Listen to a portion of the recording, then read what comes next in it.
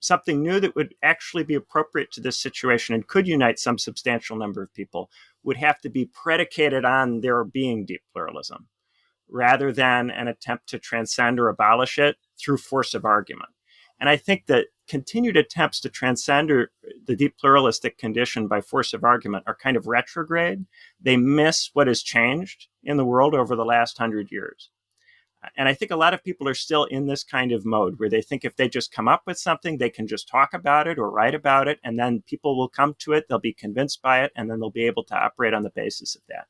You almost would need an alternative, which is predicated on the idea that lots of people won't agree with anything in particular that you might say.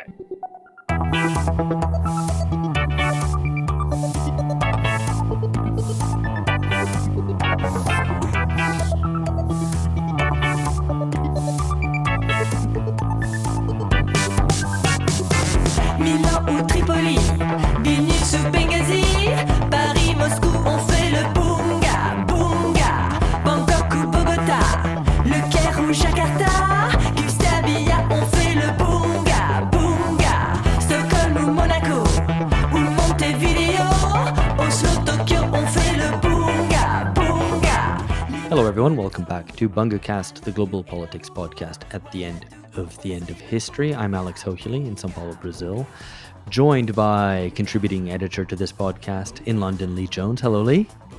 Hi, Alex. How are you doing? I'm doing well, and happy to invite onto the podcast again for, well, the third time, I think, Benjamin Studebaker. Hello, Benjamin. It's great to be back. Thanks for having me on again. Yeah, I'm looking forward to talking about your new book, which came out now about a year ago, called Legitimacy in Liberal Democracies, which is kind of a follow-on from your previous book. So I think that's where we're going to get, that'll be our entry point into this discussion. Because your first book was about chronic political crisis, specifically in the US, and even had the subtitle, The Way is Shut.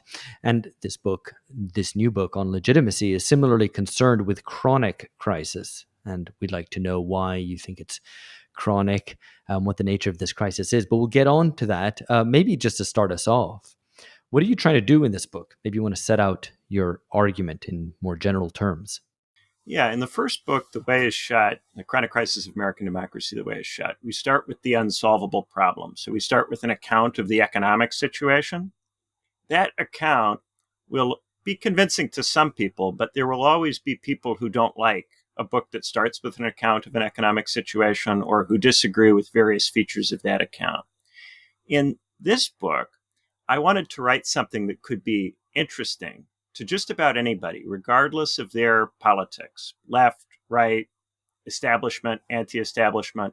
I wanted to write something that really could be entered into by just about nearly anybody, regardless of what values they have. And I wanted to write a theory of legitimacy in particular, because I noticed that a lot of people, especially in the United States, had this assumption going that American democracy was in danger of collapse, that there was going to be a revolution or a civil war, or that there was going to be authoritarianism, executive aggrandizement, something like that. And it seemed to me that that was not right. So I wanted to really put the focus on that and on this question of, what is this discontent that exists in the United States and in the UK and perhaps in some other places? What's the implication of it if it's not what most people seem to think that it is? Right. So I guess we should get on to the question of what legitimacy actually is. If you could spell out what your understanding of it is, why it matters, and maybe why, according to you, it always matters, because you seem to argue through the book that this is not just a concern of capitalist states, but is of import to radicals and revolutionaries who might imagine some post-capitalist order, and that legitimacy in that situation would also be of crucial importance, and maybe in the past as well, in pre-capitalist social orders as well. So maybe you could explain your understanding of legitimacy. Yeah, so legitimacy is to do with the maintenance of any kind of order that makes decisions that some people don't agree with at least some of the time. So in a situation where everybody agrees with everything that takes place and nobody has any kinds of objections to anything that happens, legitimacy would not be a relevant concept. But as soon as you're in a context where things happen that some people disagree with, but nonetheless they're expected to put up with those things or even contribute to that activity, then legitimacy enters the picture, because there has to be some justification if those people are being asked to participate or to stay out of the way. They have to be persuaded or convinced on some level to do that. And if this persuasion or convincing doesn't happen, then there's some sort of consequence for it not happening. Now, that consequence in a kind of standard theory would be revolution, revolt, a showdown, people in the street. But in this book, I want to suggest that there are other possible consequences for not being convinced apart from that. If people are not willing to do those kinds of things because they think that kind of stuff is a waste of time or dangerous or counterproductive or can only result in a disaster, then there has to be some other kind of response to the not being persuaded, not being convinced. And the book is very much about trying to figure out what is that other kind of response that's possible. Right. So, I mean, I just wanted you to spell out a little bit more kind of what you're trying to do in the book. And I mean, I think at one point you point out that what is novel about your book is an attempt to synthesize a couple of different things. So you have embeddedness, you have chronic crisis, you have deep pluralism, and an understanding of legitimacy and ideology. Now, these are a lot of kind of big terms, and I don't know whether I should ask you to spell all those out in one go, but maybe you could try to tell us what your book is trying to do that is novel about it. Yeah, I try to make a new theory of legitimacy for a new kind of situation. So I have to introduce terms to characterize this situation and set it apart and distinguish it from other kinds of situations in the past. So I make the case that there's a type of democracy that exists now, which I call an embedded democracy. And in an embedded democracy, the imaginarium has become restricted. So the set of regimes that people think of as viable, plausible, possibly good, or possibly desirable has become restricted down to a narrower set. And this restriction is a consequence of history. So it's a consequence of the democracy having been around for a long time, firstly. And then there are two ways in which the longevity of the system matters. One is a kind of positive identification. So if you only have an American Constitution for 200 plus years and you don't have any other kind of political system, being American becomes tied or bound up with commitment to the political system because it's been so long since there's been any possibility of thinking of yourself as American in connection with anything other than this system. And then secondly, negatively, there are a lot of other kinds of systems that people have tried over the last 200 years that have come and gone in different countries in different parts of the world. Fascism, Nazi Germany, state socialism, the Soviet Union. These regimes and systems, because they are seen to have failed, produce a question about whether there is anything else that can be done. The states that have tried other things and the people who have tried other things seem to have come to grief in some way. Very bad things seem to have happened to them as a consequence of their doing these things. So there's a kind of negative aspect to embeddedness as well, which is this thought that, well, this thing has outlasted other things. And if somebody proposes something new, isn't that just likely to be another one of the bad things that doesn't last very long and causes a lot of suffering and hardship? So in a context where one or both of these two aspects of the longevity of the democracy are operating, you get into this situation where you have embeddedness. And then as a consequence of the embeddedness, when people become discontented and they're no longer persuaded that the government is good or functional or is living up to their values, they don't try to bring about a new regime because they don't have confidence that there is a new regime or an alternative regime to bring about. And because of this, it's possible for them to become much more internally divided. So in an ordinary kind of situation, if people become discontented, this discontent will produce a revolution or a revolt. But if you don't have the revolution or the revolt, then the discontent and disagreement and frustration with what's going on can further develop and further extend into more areas of society and politics. And this is the deep pluralism, the spread of the disagreement into more and more areas of life as a consequence of the revolution not happening. Right. I mean, I'm sympathetic to this notion of embedded democracy as a way of explaining why not revolution, effectively? I've made the argument kind of myself in reference to Britain, for example, where there hasn't been the experience of any revolution or change of order, in so many centuries. And in fact, the experience of the English Civil War has kind of, to an extent, I think, been wiped from from memory in Britain, in contrast to France, for example. And I'm also sympathetic to the notion that there are certain historical patterns which come to be established in different polities, in different nations. I mean, I've written with respect to the way that Brazil has always had this pattern of lack of never really entering into great clashes, that things kind of get resolved through the back door, and not and in contrast to those countries which have a revolutionary history, which have a sequence of revolutions and coups, and experiments with different types of political order. So I'm sympathetic to that, but at the same time, I wonder whether there isn't a certain circular logic to it, where you go, well, okay, embedded democracies face chronic crisis rather than acute crisis because people accept democracy as the only option on the table because it's been around for a long time. And people accept democracy because that's the characteristic of an embedded democracy. So you end up with this kind of circular logic. I wonder how you answer that.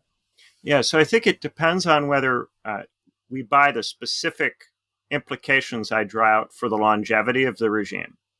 So I think when democracy lasts for a long time, there's both the positive aspect of people struggling to think of themselves outside of relation to it because it's been around for so long.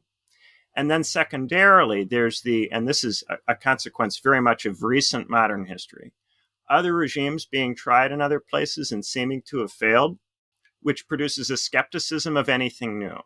So there's who are we if we're not part of this system, because this is all that we know? And then there's everything anybody else has tried within recent memory in conditions that are anything even remotely like our present conditions seems to have failed very badly. It's those two historical conditions that are relevant, and either of those could potentially change or not apply in a particular place. But it's those two conditions that make the longevity of the regime matter. Without those two things, the longevity would not matter in the same way.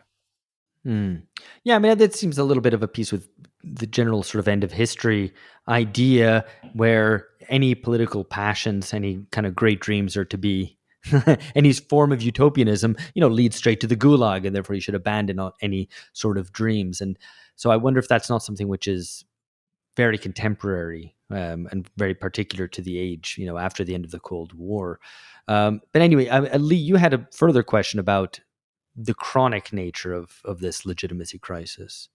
Yeah, if I understand your argument correctly, I think one of the most interesting things that you're doing in the book is to critique 20th century theorizations of legitimacy and legitimacy crisis.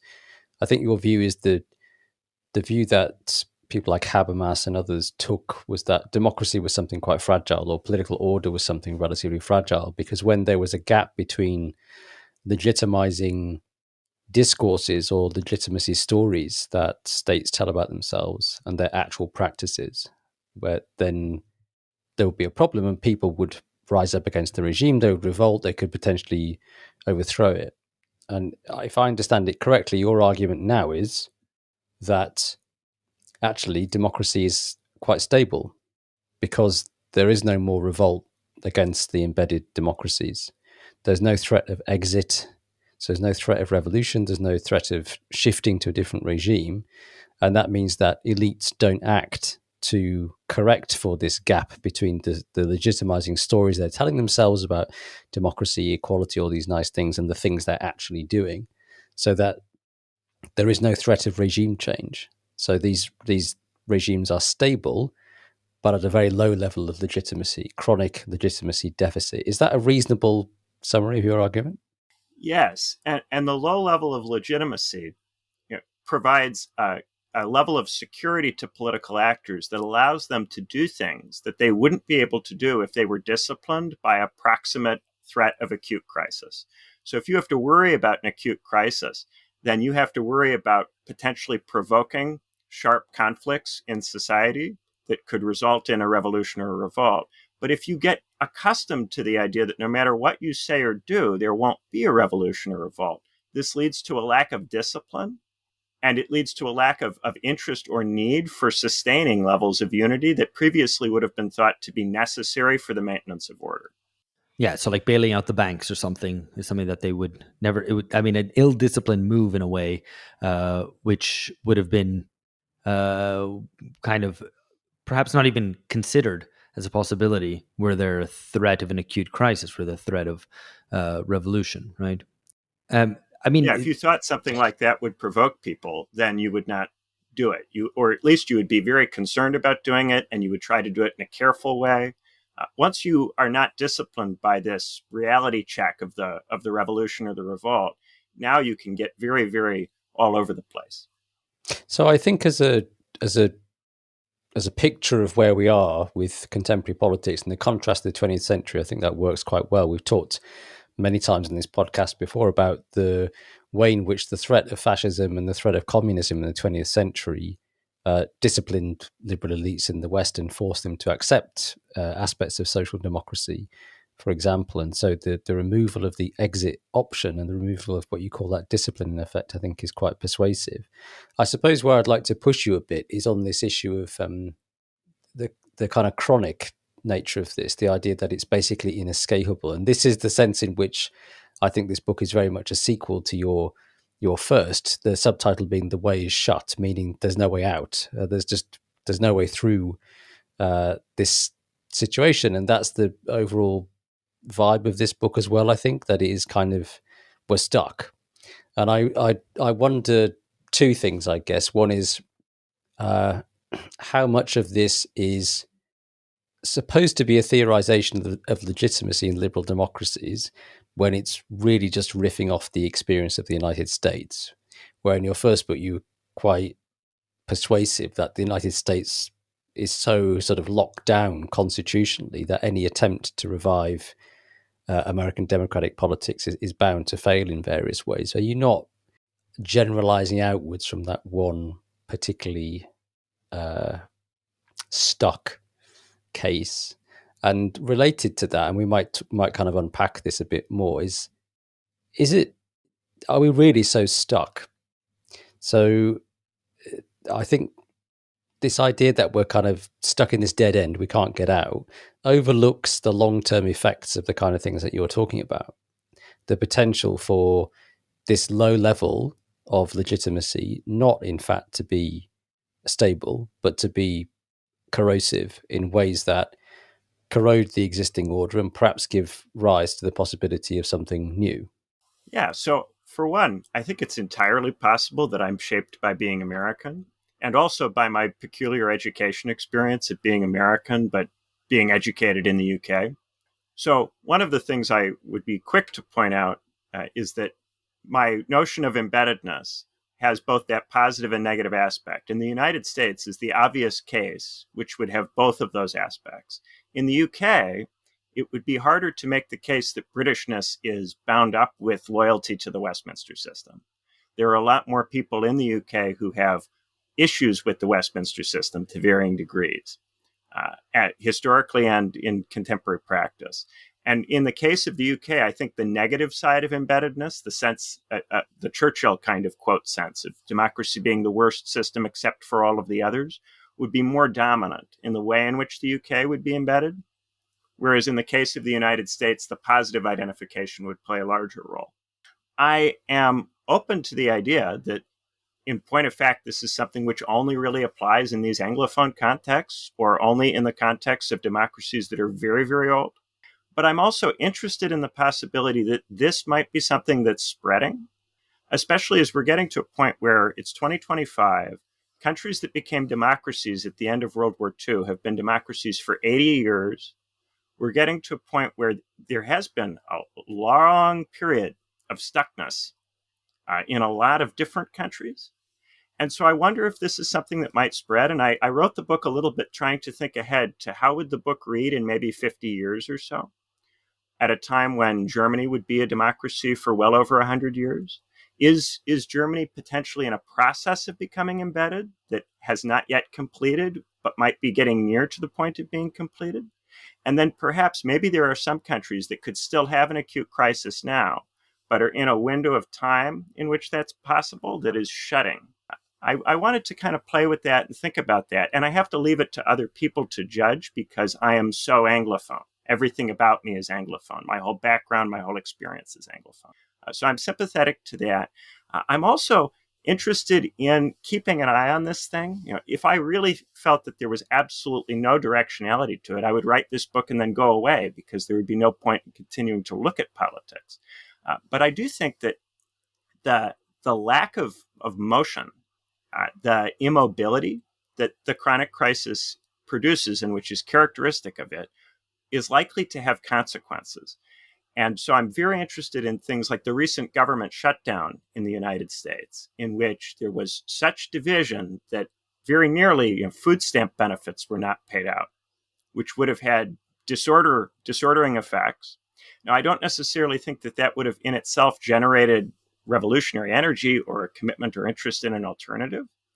But I wonder if perhaps experiencing events like that with a greater intensity and frequency could over time result in people getting new ideas that would not be those that we currently have or that are currently in the discussion. Yeah, and that's what I'm kind of pushing you on. I think my own gut instinct is that the book will not stand the test of time in that respect because of dialectics, right? So the fact of people living in extremely decayed systems of political representation breeds political anger and disaffection. That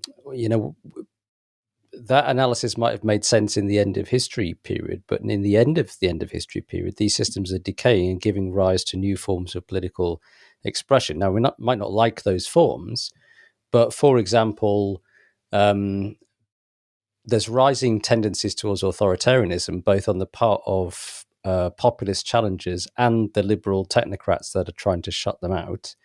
And faith in democracy is declining quite precipitously among the young.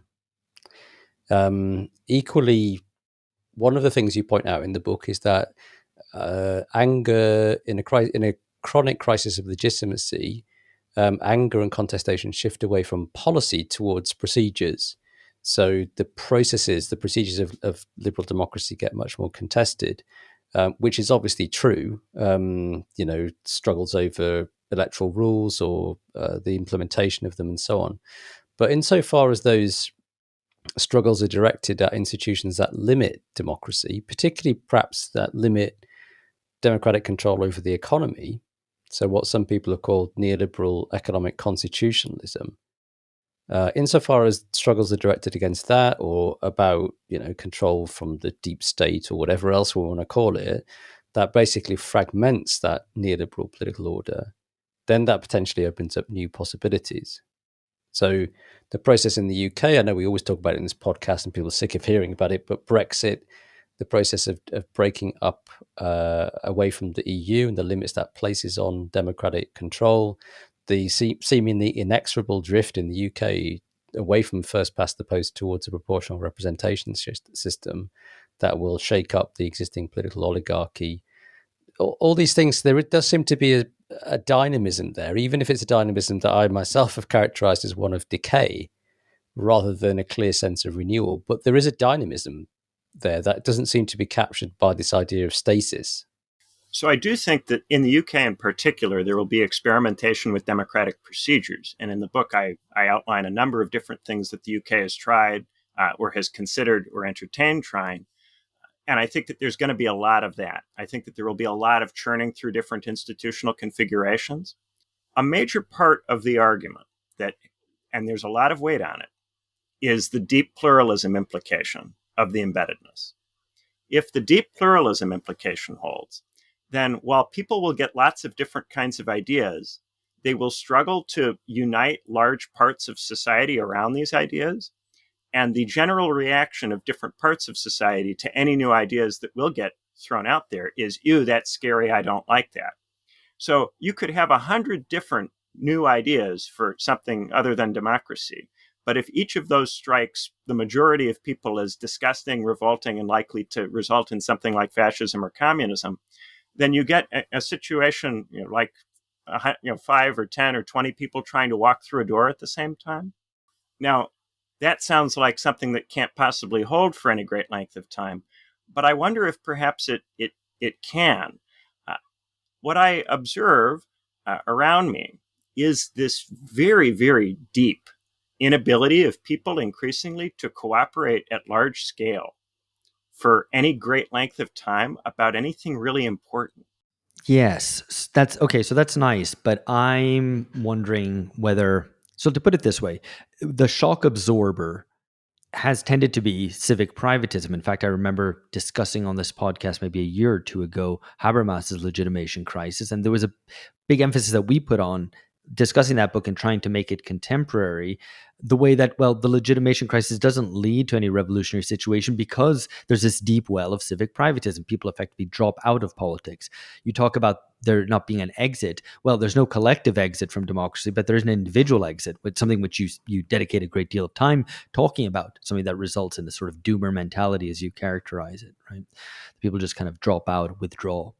But the other shock absorber that you identify, particularly, which seems particularly relevant to our time, to the end of history, more than to the end of history, is precisely this deep pluralism, that people can't seem to agree on anything. And I think that's slightly different from the incapacity to generate any lasting organizations, things which might have a degree of buy-in, and higher exit costs, real commitment to building a political party, other kind of forms of social movements which aren't totally ephemeral. I think those are kind of slightly separate things, although there obviously is a connection to them. But specifically on deep pluralism, I wonder whether how much this is genuinely the case. I mean, to me, observing the United States from afar, it seems very relevant there. I'm not so sure it's the case elsewhere. I want to, perhaps playing devil's advocate to a certain extent, does this deep pluralism not apply principally to the most politicized, let's say, top third of the population, and not so much to the rest? So how deep does deep pluralism run?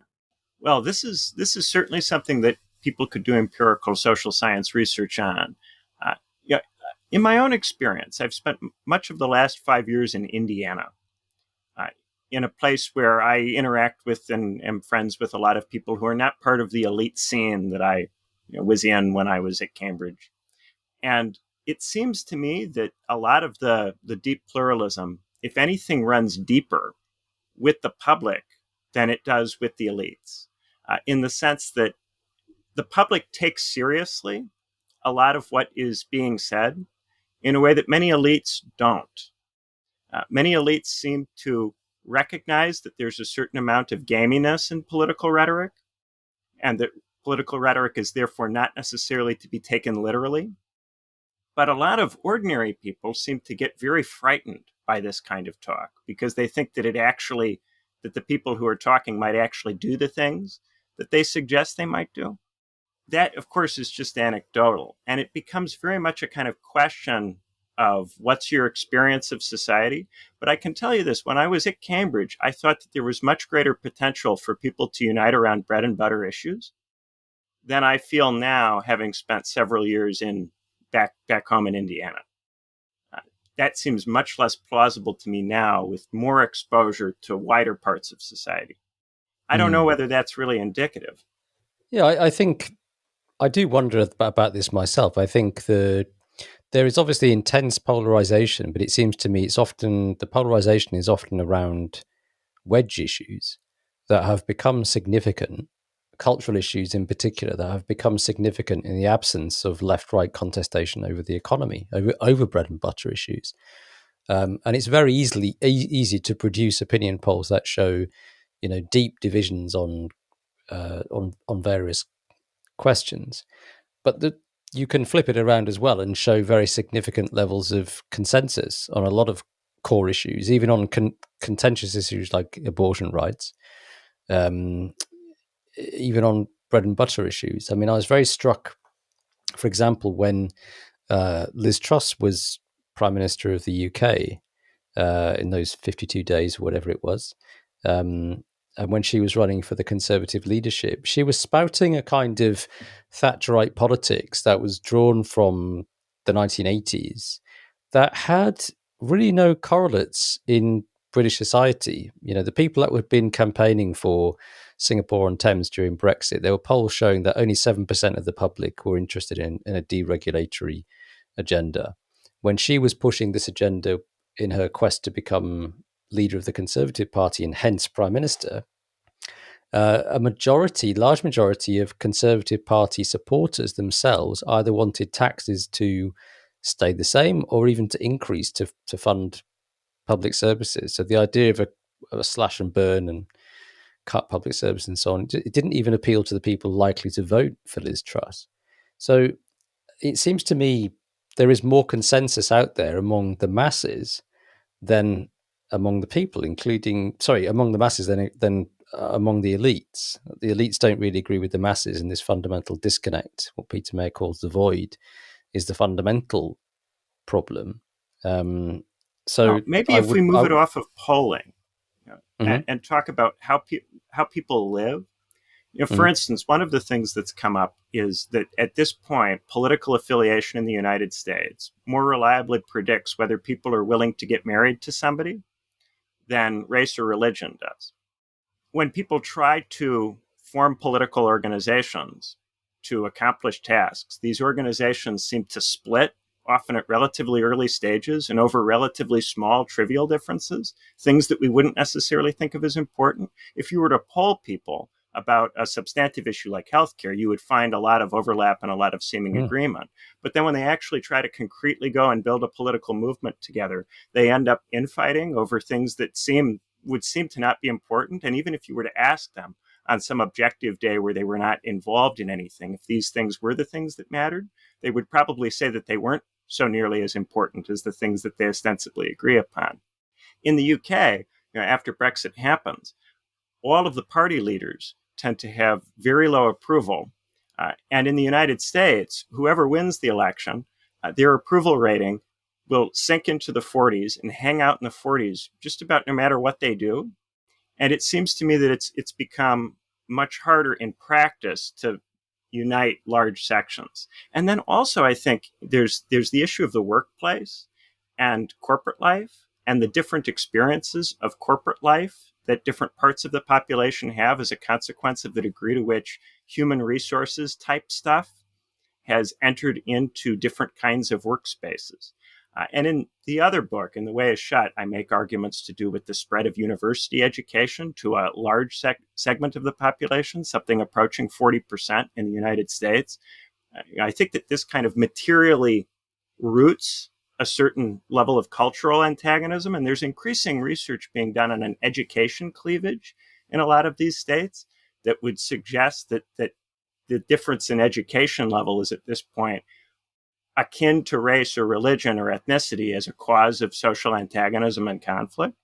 So these would be some of the things. In polling, you can often find people will say that they agree with a particular position, but I'm more interested in the level of activity, because to really change the regime, they would have to not just say that they think something, they would have to be able to work with each other over a sustained period of time to do that thing without getting bogged down in disagreements about all the other stuff.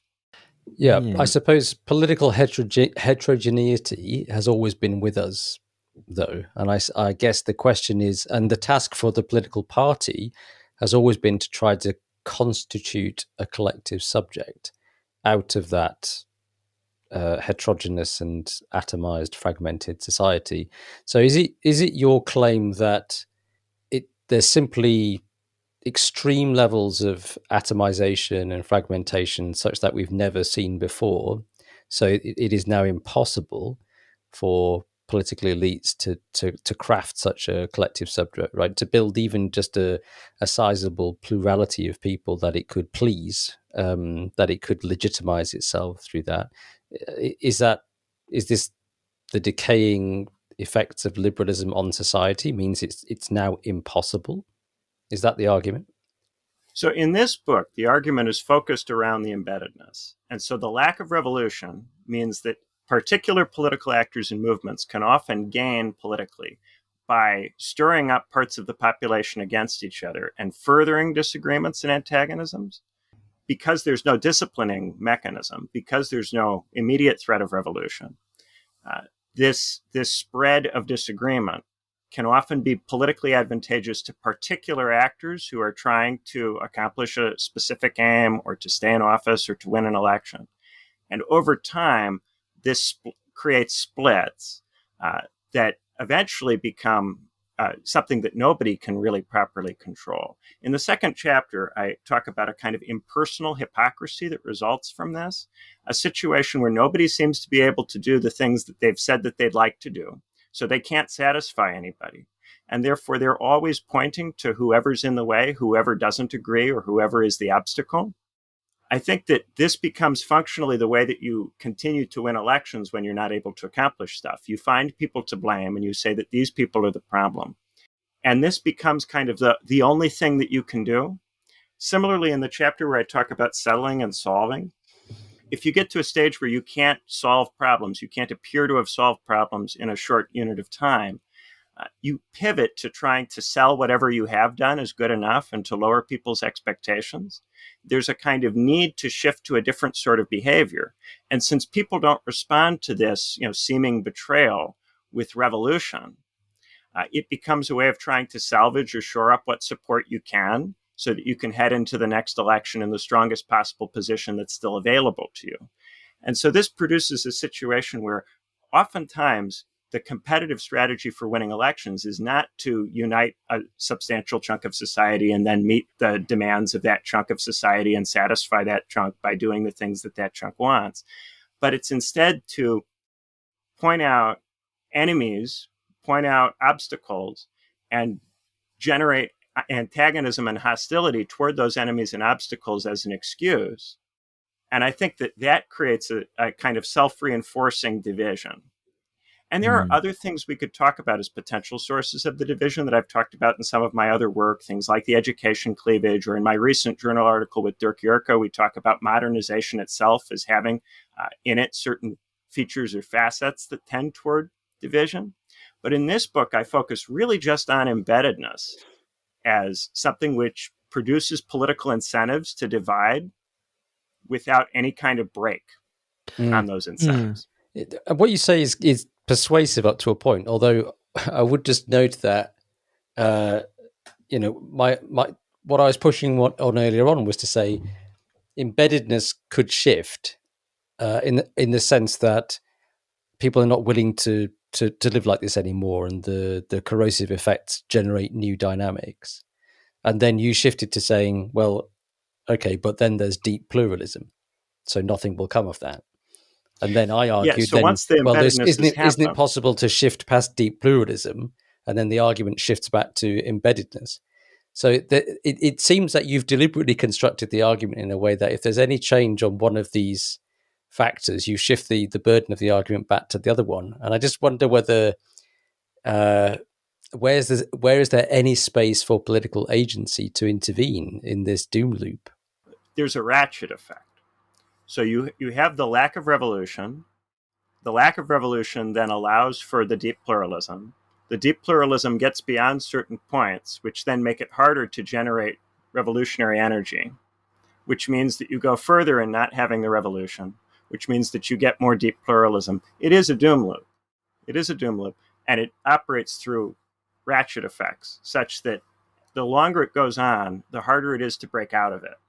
And which is why the central image in the book is the tar pit that the Hydra, the beast, is sinking into. And the attempts to get out of the tar pit exacerbate the stuckness. So as you try to get out, the things that you come up with will just be further sites of disagreement and further sites of fracturing. What you propose will strike other people as terrifying or repugnant. And so your attempts to get out stick you in there deeper by further exacerbating the division that's been created. So when you try to make a revolution in response to this, the attempt just deepens the problem. And when you try to solve the problem with reform, the attempt just deepens the problem. It is a doom loop. However, if there is a potential directionality to it, it's that as you get deeper and deeper in, the deep pluralism makes it harder and harder to agree even on seemingly basic, simple things. So you get to a stage where you are having major social issues that are just coming from not doing simple things that previously it would have been assumed everybody would agree on. even these things themselves eventually fall prey to the deep pluralism. So I do think that there is a directionality still to it, but the directionality will come less from the new things that people propose and more from the fact that increasingly it won't be possible to agree even on really simple things. And basic public services will rot, and basic problems, your budget questions won't be solvable. You won't be able to elect a government that can stay in office for any length of time. If Britain goes to PR, the effect will just be unstable coalition after unstable coalition with 4 or 5 parties in every coalition. It won't go anywhere. It won't fix anything. But less and less will be accomplished. And the consequences of what you don't accomplish is what I'm most interested in going forward. Could that produce at some point a new capacity to unite? It seems to be excluded by the way in which the deep pluralism works. But could the disunity continue to develop to the point at which there's a more fundamental lack of capacity? That would be, I think, the interesting direction.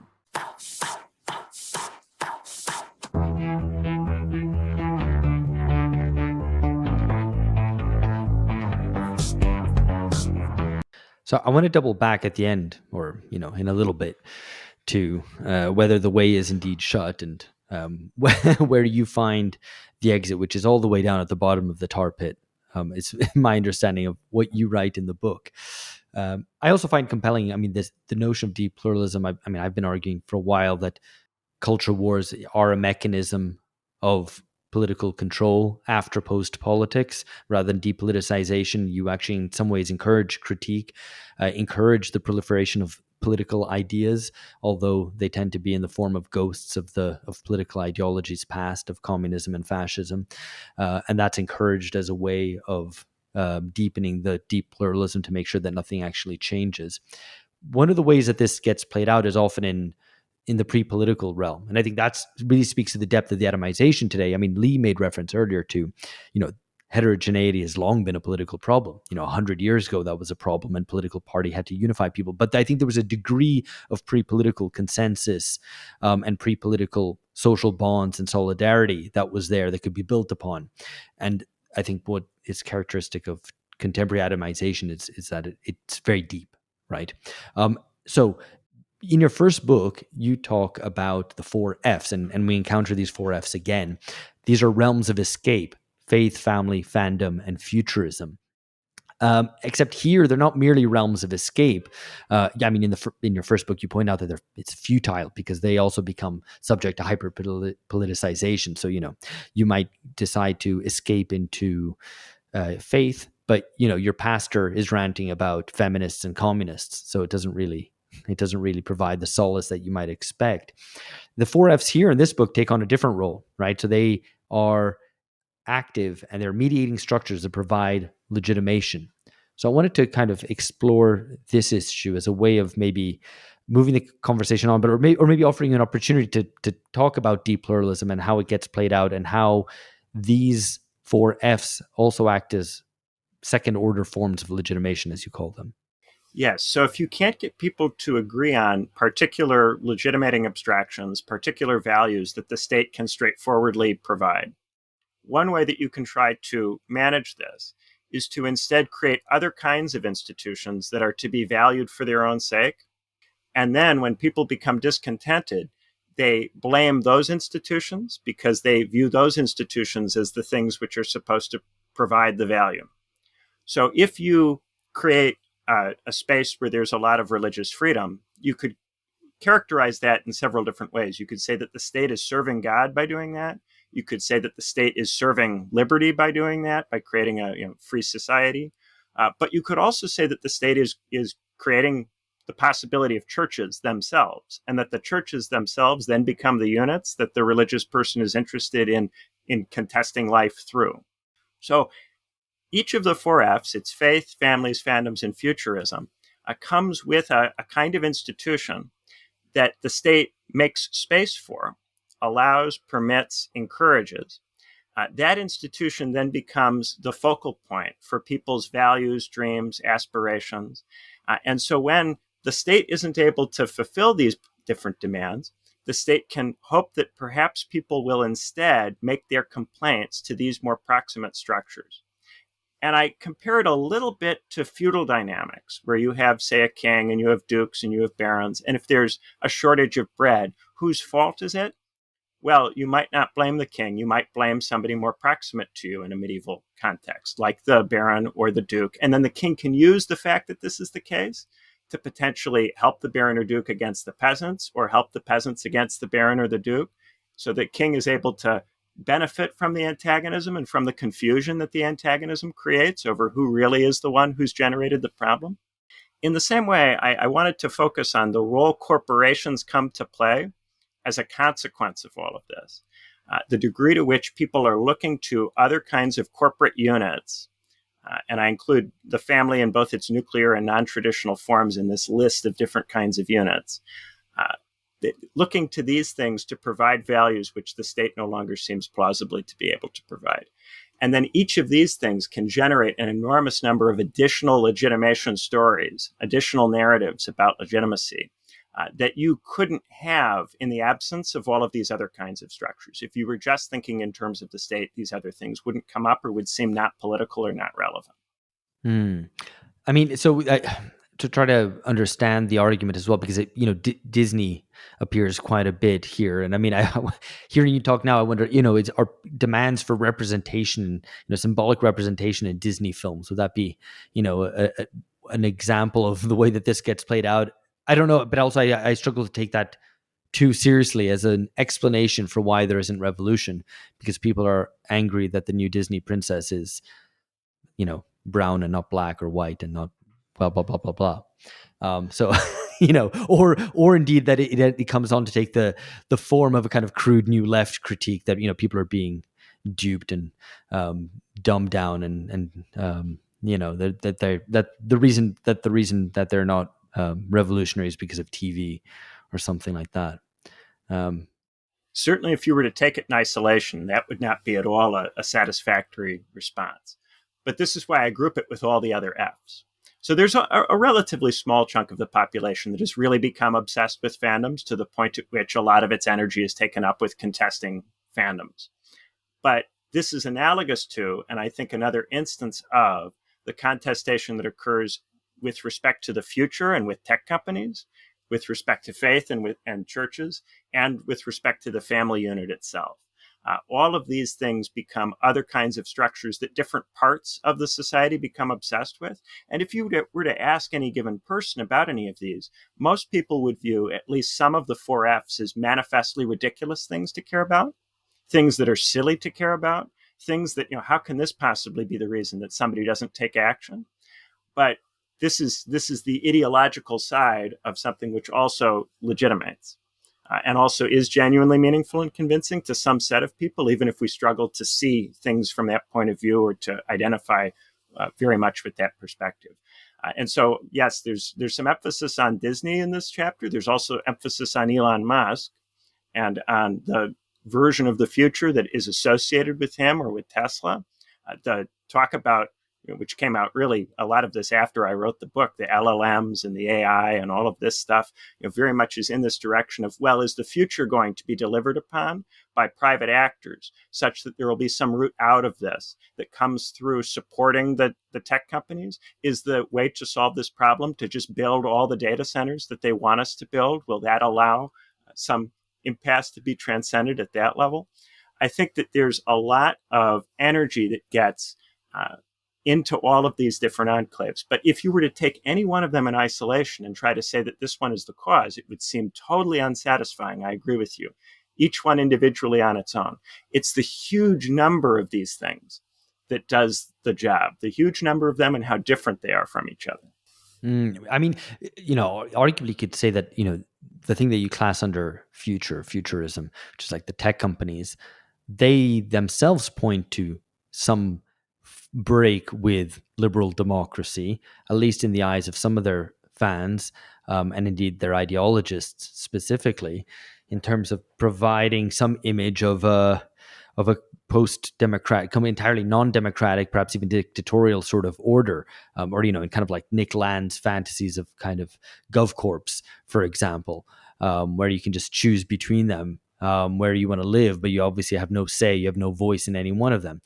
I mean, that, we obviously, I'm not going to say we might not like that. No, we do not. I can affirm with some confidence we do not like that. But that would seem to be a vision of a different sort of social and political order, which they actually provide. It's not, they don't just play a legitimatory mechanism in the here and now. Yes. And somebody like Curtis Yarvin is a great example of how little purchase ultimately in society these particular new visions have. So occasionally we do get people who try to articulate alternative visions, but as soon as these things get out and get major coverage in the media, it's mainly negative. And then anyone who's tied to one of these figures is potentially someone that you're supposed to be suspicious of. I don't think most of us would take the view that Curtis Yarvin is potentially going to win, that he's going to convince a large number of people that they should get behind this particular project. The fear that something like that could happen, though, is much more widely affirmed than a real serious belief in that thing.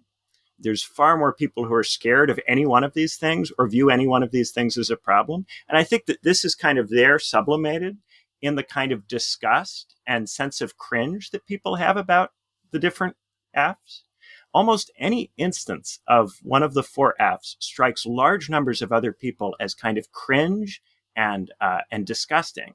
And I think it has to do with this sense that these Fs are attempts to articulate values that people sincerely hold. And there is a degree to which almost any set of values that somebody sincerely holds at this point repel large numbers of people.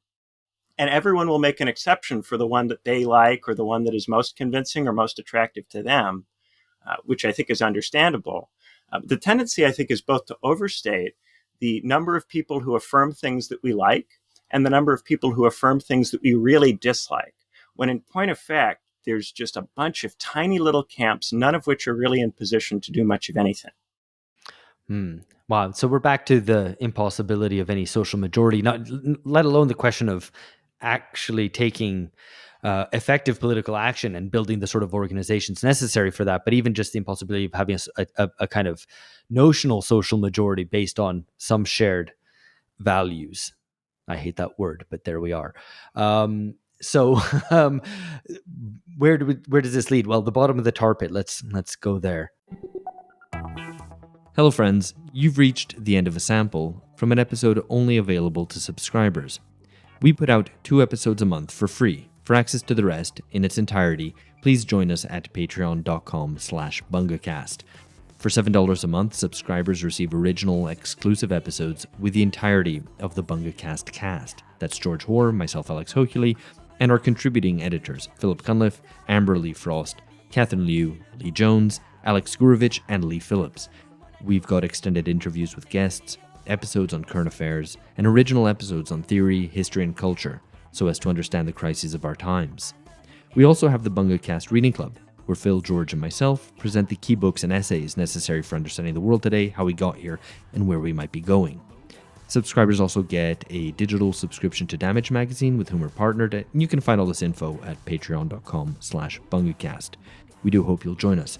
These are turbulent times, and ideologically confused ones as well. What we try to do is find political clarity, to move beyond the decadent age of Bunga Bunga. De A ou pas se taire.